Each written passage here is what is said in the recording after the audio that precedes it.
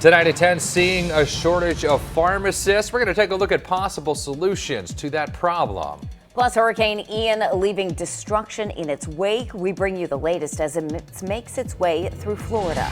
And 8 counts of first-degree murder. New information on the man accused of murdering a Springfield couple earlier this month.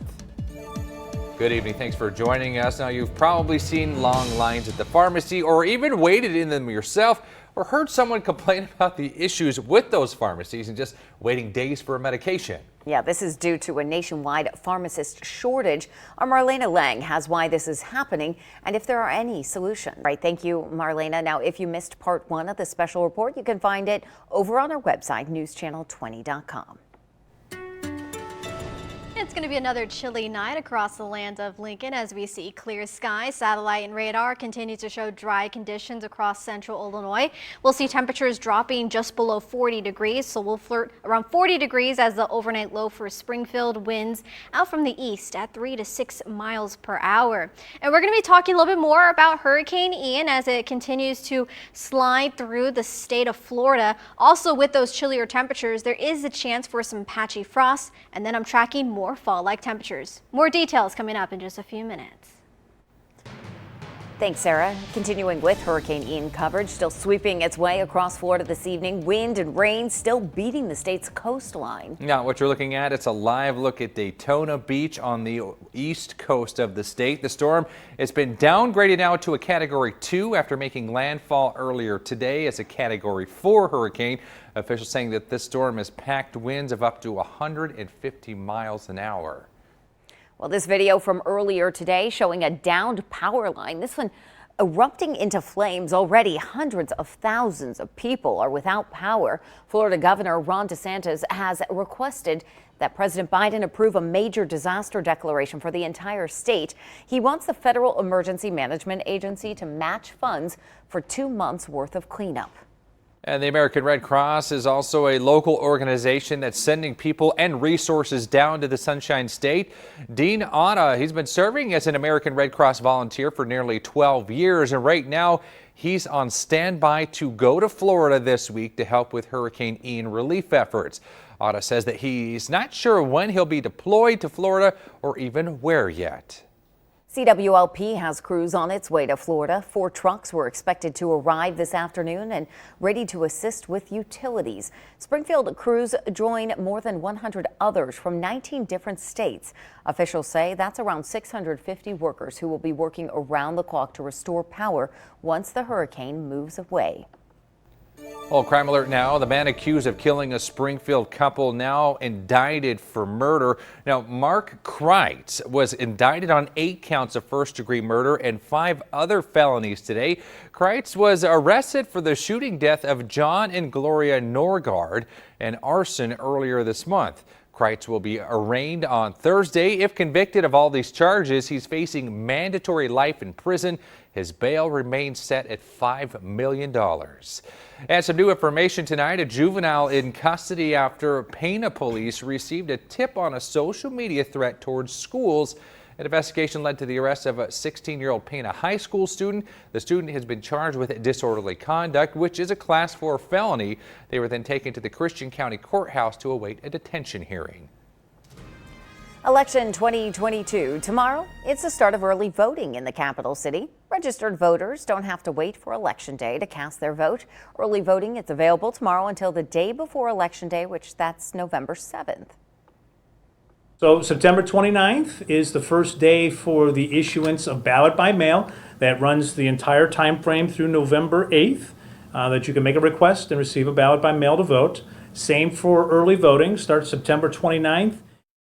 Now, once you vote early, you cannot change your ballot or cast another one on Election Day. Well, still ahead tonight, new rainbow-colored pills hitting America's streets, targeting your children. What officials say you need to look out for to keep your kids safe. Plus, calling for more blood donations, how healthcare providers are trying to get ahead of the demand.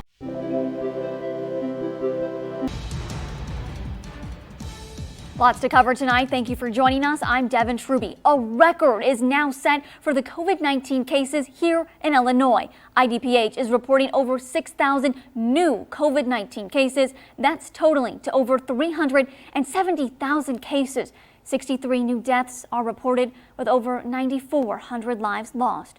And if we take a look at this graph showing the number of cases, it starts October 19th and runs through this week. Now we can see that Governor Pritzker has already introduced restrictions in several regions here in Illinois. Those include regions 1, 5, 7, and 8, and they're likely to happen here in Springfield as well. Now to breaking news just into our newsroom just a few minutes ago. A Kankakee Circuit Court has ruled that the state's controversial Pretrial Fairness Act is unconstitutional. Now, in a final decision, the court says the act violated the, quote, separation of powers by depriving courts of their authority to set bail. We will have much more on this information on the decision as it becomes available. In breaking news tonight, a frightening incident at a local high school football game last night. A Pleasant Plains football player was rushed to the hospital during the Cardinals game at Riverton. Senior running back Jaden Wiesemeyer collapsed on the sideline. Athletic trainers and EMTs were on scene to help Wiesemeyer right away until an ambulance arrived several minutes later. He was rushed to the hospital where he is still under medical care. The game between Pleasant Plains and Riverton was originally scheduled for Friday night, but was postponed to Saturday night. And Pleasant Plains High School was supposed to begin their homecoming week today, but the Cardinals' homecoming parade has been postponed because of this tragic incident. We send our thoughts to the Wiesemeyer family and the Pleasant Plains community. Well, meanwhile, an outpouring of support across central Illinois. Several communities have posted on social media showing support and sending their thoughts and prayers to the Pleasant Plains family. We will update you when we get more information during this developing story. Now we're continuing with our team coverage and our Devin Truby with what we're learning from Springfield Police and how parents are feeling about today's incident. Devin. That's right, Marcella. The school resource officer provided by the Springfield Police Department wasn't at Lanphier High School today. According to SPD, the officer was out, and while SPD did supply extra patrols to Lanphier, some parents are saying it's not enough. Thanks, Devin. Now, this isn't the first stabbing at Lanphier High School. In 2017, 4 men were arrested after a Lanphier basketball game. Plus, in early October, a 15-year-old student was arrested for a fight. So we're joined now by Natalie Jaresko, former finance minister of Ukraine from 2014 to 2016. Natalie, thanks for joining us. What's your reaction to what's happening right now in the images and video that have come out of Ukraine? Well, honestly, it's horrific. What's happening shouldn't happen in the 21st century. The only thing that comes from this of any positive nature is to see a nation so strong, so resilient, so willing to defend freedom and peace in their own homeland. What do you think Ukraine is looking for from the United States? You know, I think those, if you just put it in words, to isolate the pariah. Thank you, Cheryl. Continuing our team coverage now, city leaders say that they are preparing for that next round of winter weather that Cheryl just mentioned, and their biggest concern is the ice. Devin Truby checking in with Public Works to see just how they're going to plan on battling those icy start to the storm tomorrow. Devin? John, Springfield Public Works calling this situation from rain to ice to snow more difficult to handle and concerning. All right, thank you, Devin. Public Works says that if it turns out to be a large amount of snow, that they will be plowing subdivisions as well. Thanks, Cheryl. And continuing our team coverage of conditions around the area this evening, we go down to Julia Rosier, who is just outside with that bitter cold temperatures. And Julia, this is really dangerous weather to be out in. That's right, John. We're still outside and we're still feeling that bitter cold wind chill. It stopped snowing a little while ago, but the wind is blowing the snow all over the place, like you can see all around me. But we're staying warm. We're taking all the necessary precautions that we need to stay warm. So if you're going out tonight or you're driving on the roads, make sure you're careful of that wind drifting the snow all around. Just be careful. Reporting live in Springfield, I'm Julia Rosier. Back to you, John. Sandra Pomprian is out in the field this evening. She's joining us now with an update on the road conditions and what we're kind of seeing out there. Alessandra, is the wind playing a factor in it out there? You know, John, I will say the wind, it definitely is playing a factor. It is very windy here. Like Cheryl says, it's about 25-mile-per-hour gust of winds, and it feels like negative 31 degrees. Very warm, right? No, extremely cold. If you do not have to go outside, I would not. The roads are really not that bad, but it's the wind that is causing the issues. You can really see that some cars are having some troubles with that wind. We talked to the Illinois Department of Transportation earlier. They say that they have been having plow drivers driving around for over 24 hours now. They've done a very good job at plowing the roads. Like we said, there are good conditions, but it's just, there's, especially on the side streets, there's a lot of packed snow onto the road. So if you don't have to drive, I would stay home. It is extremely cold outside. You do not want to come join me here. Reporting live in Springfield, I'm also to Pompey. John. Tonight on News Channel 26, extreme temperatures, the latest on current conditions across central Illinois. Plus, stranded in the cold. The calls that kept tow truck companies busy in those dangerously low temperatures. And lights out, what's causing large power outages in some parts of the country.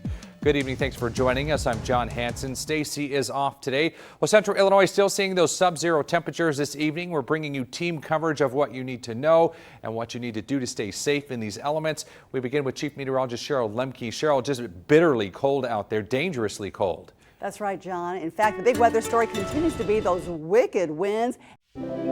Watching News Channel 20 at 10. Tonight on News Channel 20 at 10, the state's gubernatorial candidates butting heads on the debate stage. What they say needs to happen to keep residents safe. Plus, more calls for changes to the Safety Act. Why one lawmaker is saying that officials need to meet now to discuss possible solutions. And easier access for abortion care. How one organization plans to bring reproductive health options right to those who need them. Now to election 2022. Gubernatorial candidates J.B. Pritzker and Darren Bailey took to the stage just a few hours ago in their first debate of the election season. And a hot button topic on that discussion, the controversial Safety Act and gun regulations following the Highland Park parade shooting. Governor J.B. Pritzker saying tonight that while he does agree with the need for clarifications in the Safety Act, current legislation allows violent offenders to buy their way out of jail. Now, the criminal justice system that Darren Bailey and Republicans are standing up for is one that allows murderers and rapists and domestic abusers to buy their way out of jail. And that's unsafe for our families, for our neighborhoods. Governor Pritzker also calling for the total ban of assault weapons in the state, saying that there needs to be stricter legislation to keep Illinoisans safe. On the other side of the aisle, Republican Senator Darren Bailey saying that while he supports the need for bail reform, the Safety Act is not the answer. Now, Governor Pritzker could have proposed bail reform for nonviolent criminals. I would have supported that. But he didn't. Instead, he signed a bill that's attaching revolving doors to every jail in the state of Illinois. When it comes to gun control, Bailey's saying that the issue is not that there isn't enough legislation, it's that current laws are not enforced and the Illinoisans are not aware of what's available to them. Both candidates citing that they want to keep people safe, but differing drastically in how to do that. Inside the State House, new changes and additions to Illinois laws. Nearly 200 new laws are going into effect in Illinois starting on January 1st. And News Channel 20's Julia Rozier is working for you. She joins us in studio to break down some of these new laws. That's right, Stacy. 195 new laws will go into effect starting in just a few days. Those laws span from minimum wage to the criminal justice system to bereavement time. Illinois Representative Adam Kinzinger is calling for stricter gun regulations following that tragic Uvalde school shooting. Kinzinger says that the country needs harsher so-called red flag laws. He emphasized the intention is not to take everybody's guns away, but to create solutions for responsible gun ownership. There's this epidemic of young men between the age of 18 and 21 that are doing these kinds of things. I think one of the easiest things we can do to begin to do something is to say you got to be 21 to buy a rifle in this country. You got to be 21 to buy cigarettes. Kinzinger says that he hopes the Uvalde tragedy will sway his fellow lawmakers to act. Continuing coverage, Illinois leaders and lawmakers coming together today to discuss how to support children and families through traumatic events. The panel comes just days after the shooting at Uvalde Elementary School. Now, the Illinois Public Safety and Violence Prevention Task Force are looking for ways to not only support those who experience such horrific events, but also how to invest into programs that would prevent them. How are we going to do something innovative and bold? How are we going to do something different? Because we all know that doing the same thing over and over again and expecting a different outcome is not reasonable or logical. Leaders are suggesting a coalition to stop those who aim to harm others from accessing firearms. Citizens or soldiers, the choice many Ukrainians face right now. The short window of time they have to pick fight or flight. Our local community coming together to support Ukraine, how the conflict is hitting close to home for many Illinoisans. The state of Illinois allowing schools to return to this pre-pandemic policy. An update on the Russian invasion in Ukraine. Ukrainian President Zelensky speaking with U.S. lawmakers pleading for aid. We go now to a live look at the city of Kyiv, where a reported temporary ceasefire called between Russia and Ukraine to evacuate civilians didn't go as planned. ABC's Ike Ejeja has the latest. Lawmakers considering declaring a national emergency over Russia's aggression against Ukraine. This move is part of the Ban on Russian Energy Imports Act. Illinois Senator and Majority Whip Dick Durbin announcing today he will co-sponsor the act. The legislation would prohibit importing Russian products, including crude oil, petroleum, natural gas, and coal. Russia provides about 8% of the U.S.'s fuel imports. Students at the University of Illinois are collecting supplies to send over 2,500 miles away to Ukrainian refugees. Our Evan Hensley shares why for some of them, the war has hit close to home.